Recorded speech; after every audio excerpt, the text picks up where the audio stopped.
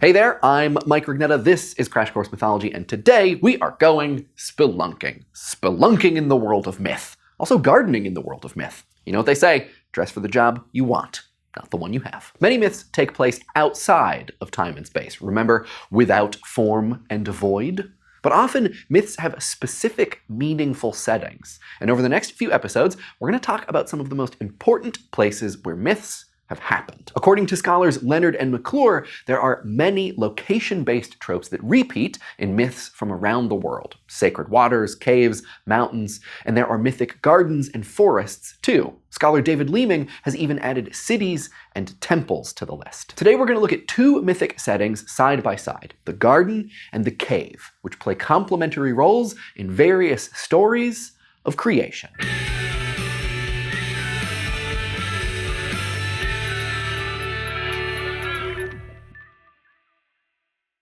Considering that gods hate weeding, it's surprising how many myths involve gardens. We've discussed a few already, like the Garden of Eden or the Garden of the Hesperides, where the apples of immortality were kept. Gardens come in different shapes and sizes. There are even stories of gardens inside caves. You can see this clearly in the Greek and Roman myths of the underworld. Hades is a vast underground land, dark and shadowy, but it still has some lush garden features. There are pomegranate trees that provide food for Persephone, and grapes which tempt Tantalus.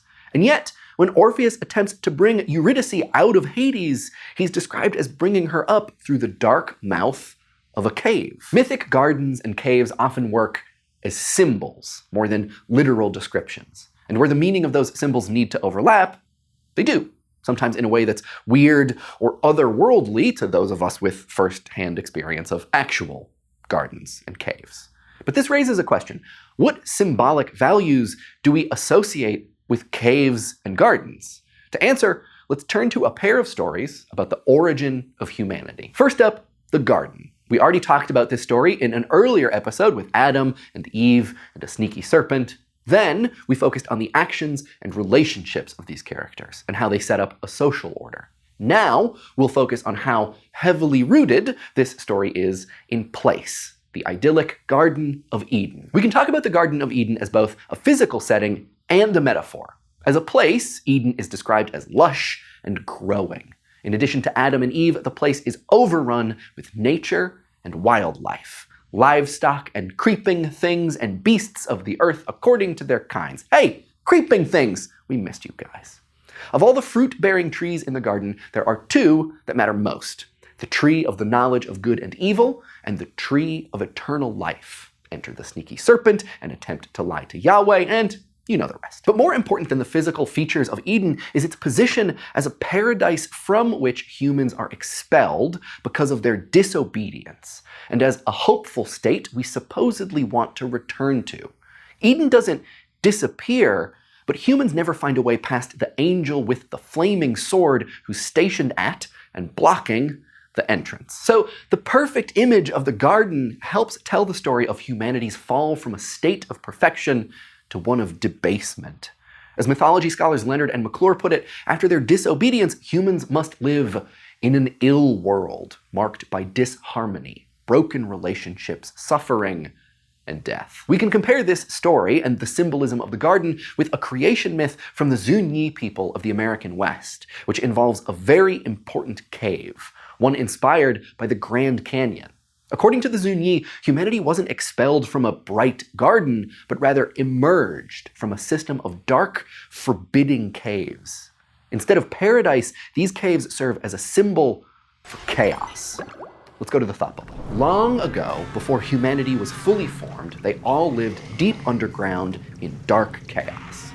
No one can see each other. The humans have horns and tails, they have webbed fingers and toes, and lack some other features too. You'll see soon enough. The sun sees humanity living in this state and sends his two sons, younger brother and elder brother, to help the people travel to the bright hills of the surface.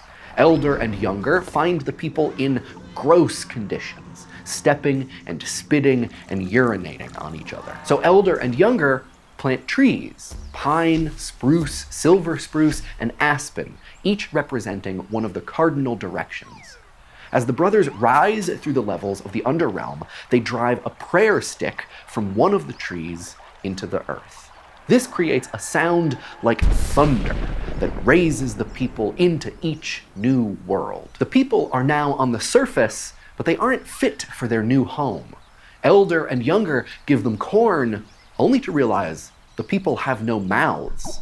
So while the people sleep, the two sneak among them and cut mouths into their heads so they can eat. And luckily, the people love eating, until another problem pops up. All that digested corn has nowhere to go. Younger realizes that none of these people have anuses.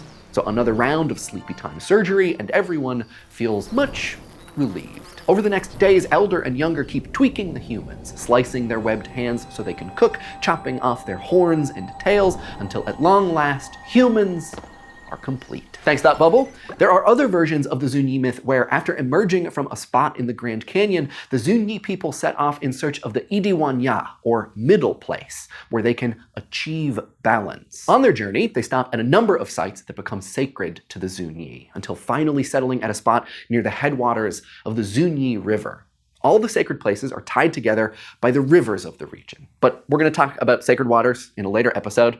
What's important for now is the role that caves play in the symbolism of this creation story, as a place of confusion, out of which humanity is guided. Before comparing this cave of creation with the Garden of Genesis, it's interesting to look at another image of the cave that has had profound influence on Western thinking, and echoes the association of caves with immaturity or underdevelopment: Plato's allegory of the cave. In his Republic, Plato describes a great cave as a way to explain why people wouldn't readily accept the wisdom of awesome philosophers like himself. He asks us to imagine a world in which humans are sitting in a dark cave, chained up so they can only face forward. Behind them, out of view, unseen agents parade a series of objects in front of a great light. From where humanity sits, they can only see the shadows that flicker across the wall, cast by the real objects behind them. The shadows are their reality. Plato says, imagine that one of those chained viewers breaks free and makes his way out of the cave. Just like the Zunyi, Plato's imaginary escapee is blinded by the brightness of the world outside the cave. Eventually, his eyes adjust and things come into focus, but he still has difficulty believing that what he sees is real. But knowing about what's outside the cave, he runs back in to tell the others. When he tries to explain to them that what they think is reality is only a projection, people in the cave don't believe him. Plato suggests that those chained up might even try to kill whoever got free.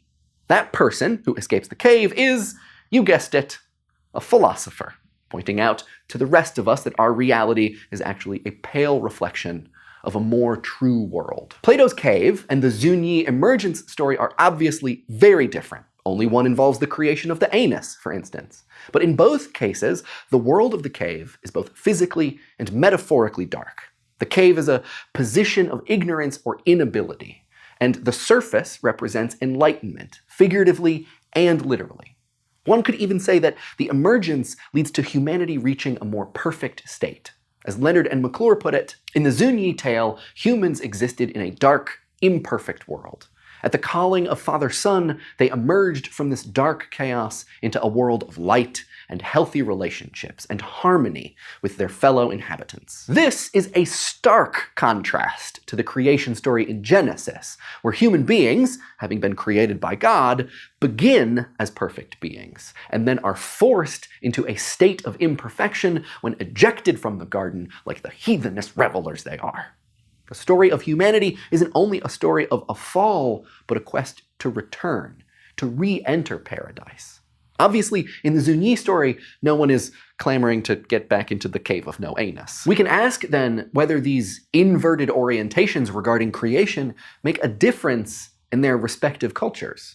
Do you go about your day differently, depending upon whether you think of the earth as a place of punishment for leaving a perfect garden versus as a garden itself, a reward for making it out of the dark cave of chaos? Next week, we're going to stick with our mythical settings and head for the hills to talk about magical mountains. Thanks for watching. We'll see you next time. Check out our Crash Course Mythology tote tote bag and poster, available now at dftba.com.